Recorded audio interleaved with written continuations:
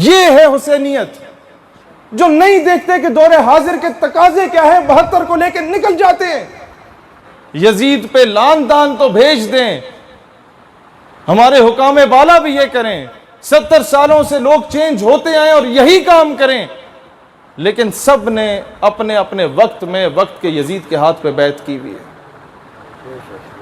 Doctor Aafia کو بیچنا کیا یزیدیت کے ہاتھ پہ بیعت نہیں ہے؟ جواب دیجئے، ریمنڈ ڈیوس جب آپ کے 2 بچوں کو قتل کر کے ملک سے باہر فرار ہو جاتا ہے اور آپ باعزت بری کر دیتے ہیں، کیا یزیدیت کے ہاتھ پہ بیعت نہیں ہے؟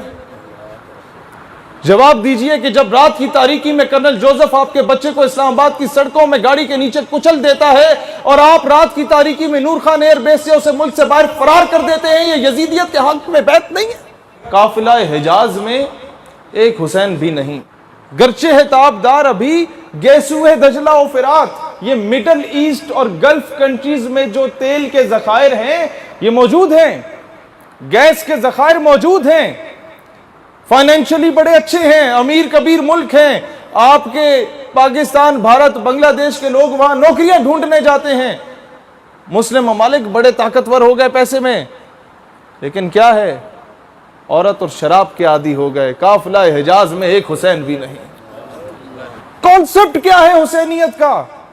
سال کے بعد محفل کرانا، ہمارے ساتھ مل کے نعرے لگانا۔ جب آپ مسجد میں جہاد کا ذکر کریں، اگلے دن امام صاحب غائب ہوتے ہیں، پرچے کٹنا شروع ہو جاتے ہیں۔ آج آپ غیرت کی بات کریں، پرچے کٹنا شروع ہو جاتے ہیں۔ امریکہ میں جا کے آپ جو مشائخ گئے ہیں ان سے پوچھئے کہ آپ وہاں پر بریلوی دیوبندی کا اختلاف چھیڑیں، وہ خوش ہوں گے، آپ قادیانی کو رگڑا دیں وہ فوراً آپ کو ڈیپورٹ کریں گے۔ یہ تلخ حقائق ہیں، کیونکہ انہیں پتا ہے کہ ہمارا لے پالک بچہ کون ہے اور وہ کس طریقے سے ہم نے اسے پلانٹ کرنا ہے، سسٹم میں گھسانا ہے، اور کون کون سے بڑے بڑے محکموں میں بٹھا دینا ہے اور پورا سسٹم کو تبدیل کرنا ہے۔ یہ لوگ نعرے لگائیں۔ اور تیسرا، اغوانیوں کی غیرت دین کا ہے یہ علاج۔ میں کراچی میں گیا، میں ملا عبد الغنی کے علاقے میں جا کے دیکھا، میں نے وہاں کے علاقے کے پشتونوں سے خطاب کرتے ہوئے کہا، میں نے کہا اسی علاقے سے اسے اٹھا کے لے کے گئے تھے، داڑھی سے کھینچ کے گھسیٹ کے لے کے گئے تھے امریکہ میں۔ آج امریکہ اسی ملا عبد الغنی کے آگے ہاتھ جوڑ کے کھڑا ہوا ہے کہ یار امن مذاکرات کر لو ہمارے ساتھ۔ کیا ہے؟ اللہ کو پامرد ہے، مومن پہ بھروسہ، یہ حسینیت ہے۔ ابلیس کو یورپ کی مشینوں کا سہارا، کافر ہے تو شمشیر پہ کرتا ہے بھروسہ، مومن ہے تو بے تیغ بھی لڑتا ہے سپاہی۔ یہ ہے حسینیت کا کانسیپٹ۔ اور پھر اقبال بھی اسے کیا خوبصورت انداز میں بتاتا ہے کہ مرد درویش، مرد کلندر کی پہچان کیا ہے، کہ مرد حر محکم زورد لا تخف۔ کیا ڈیفرنس ہے مجھ میں اور اس میں؟ بحیثیت امت ہمارا کیا حال ہے اور مرد درویش اس مرد مجاہد کا کیا؟ ماں بمیداں سر بجیب او سر بکف۔ جب میں سر کو جیب میں لے کے پھر رہا ہوتا ہوں بچانے کے لیے کہ کوئی آگے گولی نہ مار دے، وہ سر بکف پھر رہا ہوتا ہے۔ کیا فرق ہے اس میں اور مجھ میں؟ عنایات کا کہ ماں کلیسا دوست، ماں مسجد فروش۔ میں سلیبیوں سے دوستی کر بیٹھا، میں نے مسجد اور ممبر کو بیچ دیا، میں نے محراب و ممبر کو بیچ دیا، میں نے اپنے ایمان کا سودا کر لیا۔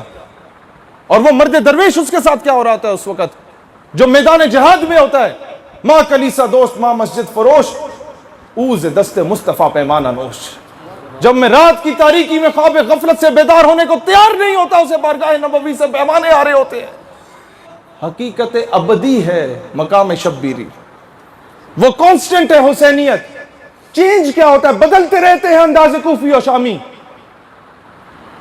یہ منافقت کے انداز بدلتے رہتے ہیں، یہ بلانے کے بعد غائب ہو جانے والے انداز بدلتے رہتے ہیں۔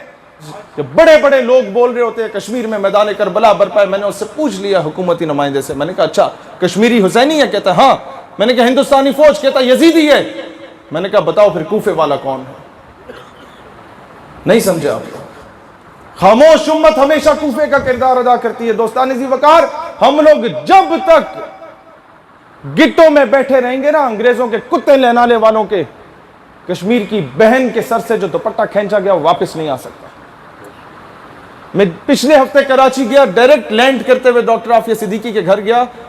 اس کی بہن اور ان کی والدہ نے مجھے یہ کہا کہ جب رسول اللہ صلی اللہ علیہ وآلہ وسلم ڈاکٹر عافیہ صدیقی کے خواب میں آئے، آخری ملاقات میں اس نے ہم سے یہ بات بتائی، تو وہ رو پڑی کہ یا رسول اللہ علیہ السلام، یہ کب تک میرا امتحان ہوگا؟ مجھے جج کہتا ہے کہ تمہیں برہنہ ہو کے آنا ہے عدالت میں اور قرآن پاک کے اوپر پاؤں رکھنے ہیں۔ یہ میڈیا پہ کئی مرتبہ اینکر پرسنز کہہ چکا یہ بات، کب تک میرا امتحان ہوگا؟ انہوں نے کہا تم تو امتحان میں پاس ہو۔ اس نے پھر کہا میں کب تک قید رہوں گی؟ رو پڑی۔ کہتے رسول اللہ علیہ السلام نے جواب دیا کہ تم تو پاس ہو، امت کا امتحان ہے۔